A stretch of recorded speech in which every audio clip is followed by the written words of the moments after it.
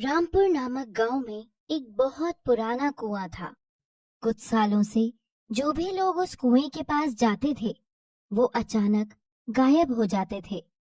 इसीलिए कोई भी गांव वाला अब वहां नहीं जाता था।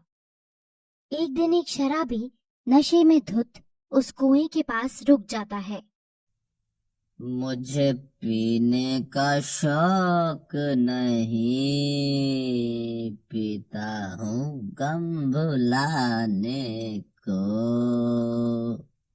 ये सब गांव वाले इतने डरपोक हैं कि बेचारे इस कुएं के पास तो कोई आता ही नहीं है। भूतिया कुआं बोलते हैं इसको। मैं भी देखता हूँ आज कैसा होता है भूतिया कुआं।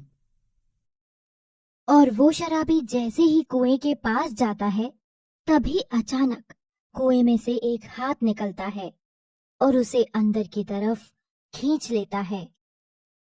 अगली सुबह उस शराबी की बीवी लता पूरे गांव में उसे तलाश करती है और थककर गांव के मुखिया लल्लन के पास मदद के लिए जाती है। मुखिया जी, मेरा पति कल रात से गायब है। पूरे गांव में उनकी तलाश कर ली मैंने, पर अभी तक नहीं मिले वो। अच्छा देखो लता बहन, पूरे गांव को पता है तुम्हारा पति शराबी है, तो हो सकता है नशे की हालत में कहीं इधर उधर चला गया हो। जी मुखिया जी, वो शराबी है, परंतु हमेशा घर आ जाते हैं वो, पर कल पहली बार नहीं लौटे। मुझे डर लग रहा है। ये सब बात सुनकर तभी गांव का एक आदमी मुखिया को बताता है। मुखिया जी, मैंने कल रात रवि भाई को उस भूतिया कुएं के पास जाते हुए देखा था। मुझे लगा उन्हें पता है तो वो कुएं के नजदीक नहीं गए होंगे, पर अब लगता है कि शायद वो। इतना कहकर वो चुप हो जाता है और लता बोलती है, ये क्या बोल रहे हो चुन्नूलाल भैया? आपने उन्हें उस भूतिया कुएं के पास देखा है? हे राम, अब क्या होगा? हमें कुछ तो करना होगा उस कुएं का। चलो अब साथ चलकर देखते हैं आखिर ये सब क्या हो रहा है। सब गांव वाले उस कुएं के पास पहुंच जाते हैं, परंतु उन्हें उसमें कुछ दिखाई नहीं देता। इस कुएं में तो कुछ भी नहीं है, फालतू में गांव वालों ने अफवाह फैला रखी है। मुखिया इतना ही कहता है, तभी उस कुएं में से डरावनी आवाजें आनी शुरू हो जाती हैं। आओ सब मेरे पास आओ। ये सब सुनकर गांव वाले और मुखिया बहुत डर जाते हैं और वहां से भाग जाते हैं। आज के बाद कोई भी गांव वाला उस भूतिया कुएं के पास नहीं जाएगा, और मैं आज उस कुएं के पास लोहे के तार बिछवा देता हूँ। फिर सब लोग इकट्ठा होते हैं। मुखिया कुएं के पास तार बिछवा देता है। कुछ दिन तो कोई गांव वाला वहां नहीं जाता, परंतु एक दिन दूसरे गांव से एक बूढ़ी काकी कुछ सामान बेचने आती है। तभी उसे प्यास लगती है तो उसे वो भूतिया कुआं नजर आता है। हे भगवान, इतनी जोर से प्यास लगी है, पता नहीं इन गांव वालों ने ये लोहे के तार क्यों बिछवा रखे हैं इसके पास। अगर अभी पानी नहीं पिया तो मैं प्यास से मर जाऊंगी। इतना कहकर वो बूढ़ी उस कुएं के पास चली जाती है। जैसे ही वो कुएं में झांकती है तभी कोई उसे उस कुएं में धक्का दे देता है। ये सब दूर खेल रही छोटी बच्ची परी देख लेती है और वो अपनी मम्मी को सब बता देती है। फिर पूरे गांव में ये नया वाकया आग की तरह फैल जाता है। सब लोग इसके बारे में बातें बनाने लगते हैं, कुछ सच्ची घटना और कुछ झूठी अफवाह। सुंदरलाल, सुना है वो भूतिया कुआं शापित है? हाँ भाई, पता है। मैंने तो ये भी सुना है कि उसमें एक चुड़ैल रहती है जिसकी शादी नहीं हुई तो उसने उस कुएं में कूदकर आत्महत्या कर ली थी। ऐसी ही बातों से लोग अपना अच्छा टाइम पास करते रहते। कुछ समय बाद एक दिन मुखिया की छोटी बेटी अंजलि खेल रही थी और खेलते खेलते उसकी बॉल कुएं के पास चली जाती है। उसे भी भूतिए कुएं ने अपना शिकार बना लिया। अब कोई इलाज तो देखना पड़ेगा इस कुएं का। ऐसे तो कोई ना कोई वारदात होती ही रहेगी। मुखिया कुछ गांव वालों को लेकर एक पंडित के पास जाता है और सारी घटना बता देता है। ठीक है बच्चा, हम तुम्हारी हर समस्या का समाधान करेंगे। सब लोग फिर उस भूतिया कुएं के पास आ जाते हैं। कौन है? कौन है यहाँ?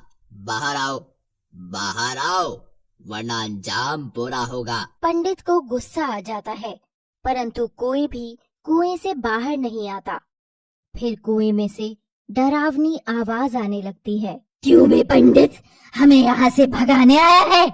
पर तू कुछ नहीं कर पाएगा हमारा, अब हम बहुत शक्तिशाली हो चुके हैं। पंडित अपनी पोटली में से कुछ राख निकालकर उस कुएं में फेंकता है, पर कोई भी कुएं से बाहर नहीं आता।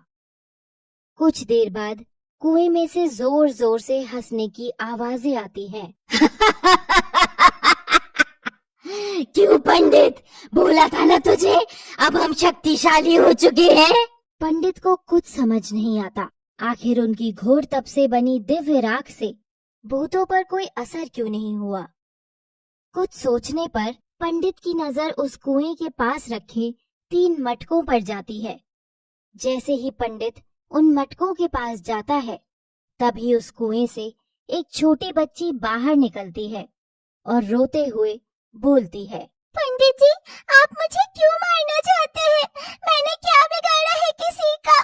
तुम लोग सब गांव वालों को परेशान कर रहे हो और उनको मार भी रहे हो।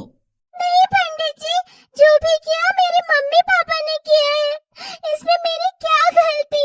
आप मुझे क्यों खत्म करना चाहते हैं? मैं तुमको मुक्ति दे रहा हूँ बच्ची, मुक्ति। पंडित इतना ही कहता है कि वो बच्ची चुड़ैल में बदल जाती है और पंडित पर हमला कर देती है, जिससे पंडित घायल हो जाता है। गांव वालों, ये लोग ऐसे नहीं मानेंगे, इनको खत्म करने का एक ही तरीका है। वो क्या है पंडित जी? देखो, इस कुएं के पास ये 3 मटके जो पड़े हैं, अगर हम इन्हें फोड़ देंगे तो ये भूत भी खत्म हो जाएंगे। इनकी जान इन्हीं 3 मटकों में है। जैसे ही गांव वाले उन मटकों को उठाते हैं, तभी 3 भूत कुएं से बाहर आ जाते हैं। नहीं नहीं, हमें छोड़ दो, अब हम किसी को परेशान नहीं करेंगे, हम चले जाएंगे यहाँ से। नहीं, तुम लोग इनकी बातों में मत आओ, ये तुम्हें मूर्ख बना रहे हैं। जल्दी जल्दी मटके फोड़ो। अगर मारना ही है तो इस पंडित को मारो, जिसने हमारे हंसते खेलते परिवार की बलि दे दी, सिर्फ अपने लालच के लिए। ये क्या बोल रहे हो तुम? कुछ नहीं, ये लोग तुमको मूर्ख बना रहे हैं। हम मूर्ख बना रहे हैं या तुम बना रहे हो? इतने सालों से पूजा के नाम पर सबसे पैसे ऐंठते तुम और लोगों की बलि देते ताकि तुम और शक्तिशाली बन सको। गांव वाले ये सुनकर क्रोधित हो जाते हैं और पंडित के नजदीक जाने लगते हैं। ए, दूर हटो मुझसे, वरना मैं किसी को जिंदा नहीं छोड़ूंगा। अभी भस्म कर दूंगा सबको। हाँ। पंडित पीछे हटता रहता है, तभी उसका पैर फिसल जाता है और वो उस भूतिया कुएं में गिर जाता है। वो घायल हो जाता है, पर वहां मौजूद भूत उसे मार देते हैं। साथ ही साथ उन भूतों को मुक्ति भी मिल जाती है।